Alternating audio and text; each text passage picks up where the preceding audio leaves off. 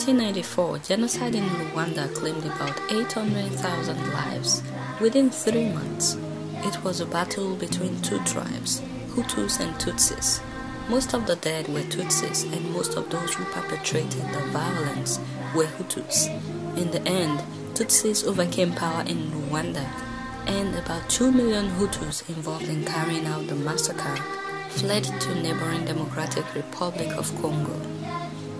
Although the genocide is over in Rwanda, it was only the beginning of a war between the Hutus in Congo, who have allied themselves with the Congolese government, and the Tutsis in Rwanda.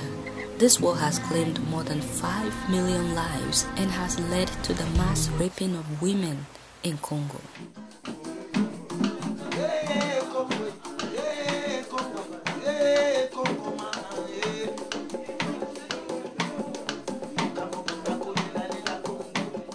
Recently, the Global Information Network in New York, under the leadership of Lisa Vives, invited natives of Congo and Rwanda who reside in New York and nearby states to dialogue in a roundtable.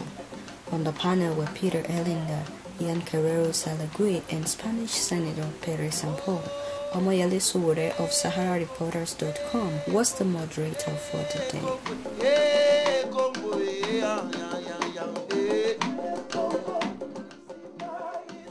Part of a regular series we have called Africa Roundtable, where we invite guest speakers to come from the continent to talk about issues that we may not be hearing all the sides of the story here in the U.S. We're a news agency, and this really grows out of our work as journalists to hear all the sides of the story. And we have a moderator tonight, so I'm going to put it in his hands. He's going to introduce the event and the speakers. I hope everybody has come here in peace, and we can have an amazing conversation afterwards and learn something new about the situation in Rwanda and Congo. You're welcome here, and what we are discussing here tonight is mostly what is happening in the Great Lakes region. As you've heard, this is an area, like most part of Africa, that has been held spellbound by crisis. And there's been a lot of things that are happening, including elections in Rwanda recently.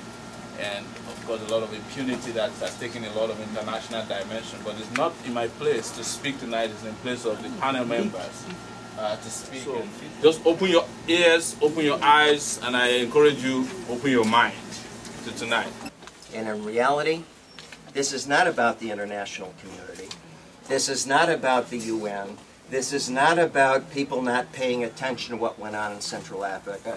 This is about, after the collapse of the Soviet Union, the United States and UK supported Museveni to seize power in Uganda, to support Kagame to seize power in Rwanda, to invade the Congo, to occupy the Congo in '96 and '98, to continue to occupy the Congo today, that has killed between 6 and 10 million people in the center of Africa, the largest number of casualties since World War II, and the world is going along whistling as though we don't know who did it. And it is started in Washington and in Arlington, Virginia, and it is not an African problem, it is an American problem, and it is American neocolonialism that is doing this to Africa. It's up to African people to struggle with their own problems, just as like for the American people to struggle with their own problems. And the reason I'm here is I'm struggling against my country because I think they are impeding reconciliation in Africa because of U.S. policies covering up the role that the U.S. played in bringing the genocide about. I'm not here because I have anything against how Africans do things. I have something against the way U.S. has done things in Africa. And if we want to understand what's happening in Africa today, we have to understand U.S. relations with Latin America. Because for the last 200 years, U.S. relations with Latin America have been very much like what the U.S. in the 21st century is doing with Africa today. It began with Museveni and Kagame and East Africa, and 3 years ago they set up AFRICOM, I have to tell you, my friends, this is just the beginning of a century of American neocolonialism in Africa, and we have to be prepared for a long-term struggle. Pero que no haya habido acceso de los medios de comunicación no significa que no se hayan realizado. And just because the media has not been able to have access doesn't mean those barbarities haven't been committed. Y por tanto nosotros nos sentimos obligados a, no a hacer justicia al honor español, pero a continuar su lucha. And that's why we feel that we must continue our struggle. La denuncia que habla de ambos genocidios. The denunciations have to do with 2 genocides.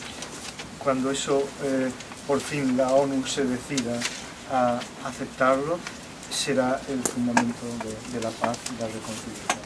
And when the UN accepts this report, it'll be the beginning of a step towards peace and reconciliation. En estos momentos, la República Democrática del Congo at this time, the Democratic Republic of the Congo es el segundo país de África que recibe más ayudas de la Unión Europea. is the country that has received the second most money from the European Union of all countries. Entonces, yo pienso, ¿por qué son necesarias tantas ayudas de la Unión Europea al Congo? Si el Congo es un país infinitamente más rico que España. So I ask the question, why is it necessary that the European Union give all of this money when the Congo is one of the wealthiest countries and certainly more wealthy than Spain? Mi respuesta es que los africanos pueden progresar por sí mismos. And my answer to this question is Africans, yes, can progress for themselves. En el momento en que los países occidentales dejen de robarles. At the moment that the European countries stop robbing them. Pero no nos pidan que nosotros nos crucemos de brazos But don't ask us to just cross our hands, cross our arms, cuando vemos que nuestros países protegen a las multinacionales que les roban. when we are the ones that are raising the issues about how the multinational corporations are robbing your countries. Esta es nuestra conciencia de demócratas. This is our democratic responsibility.